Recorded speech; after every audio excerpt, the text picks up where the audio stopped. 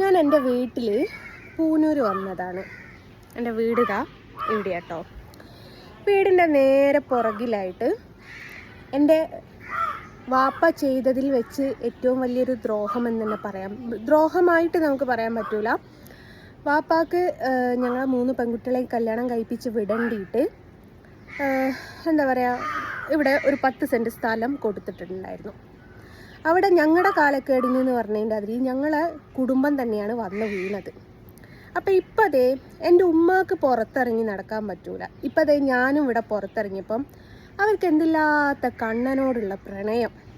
കണ്ണാ കണ്ണാ, നീ കേൾക്കുന്നുണ്ടോ കണ്ണാ എന്നുള്ള വിളി.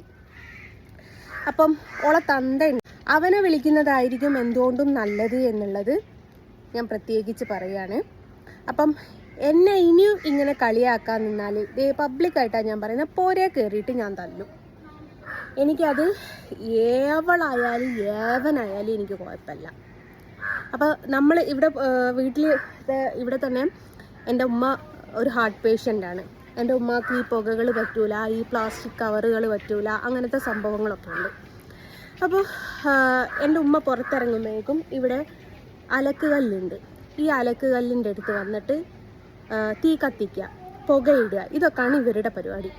അപ്പം ഞാൻ ഹെൽത്തിൽ പോയിട്ട് പരാതിപ്പെടണം എന്നൊക്കെ വിചാരിച്ച് നിൽക്കുകയാണ്. അപ്പം ഞാൻ ജസ്റ്റ് ഇതേ വീട്ടിലെ ഈ ഒരു മുറ്റത്തൂടെ നടക്കുന്ന സമയത്ത് അവർക്ക് എന്തില്ലാത്ത കണ്ണനെ വിളി.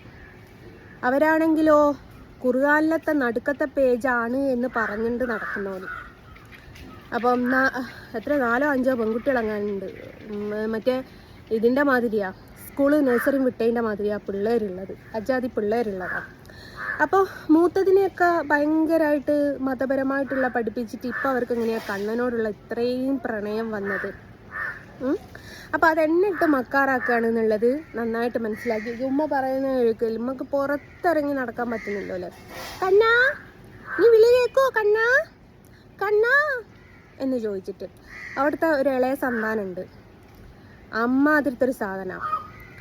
അപ്പോൾ ഗതികേട് കൊണ്ടാണ് ഇങ്ങനെ. ബസ്സിന് ഓൾമോസ്റ്റ് എല്ലാവരും അറിയണം, കൊയിലാണ്ടി താമരശ്ശേരി ബസ്സിലൊക്കെ പോയിട്ടുള്ള ചങ്ങായി ആയിരുന്നു.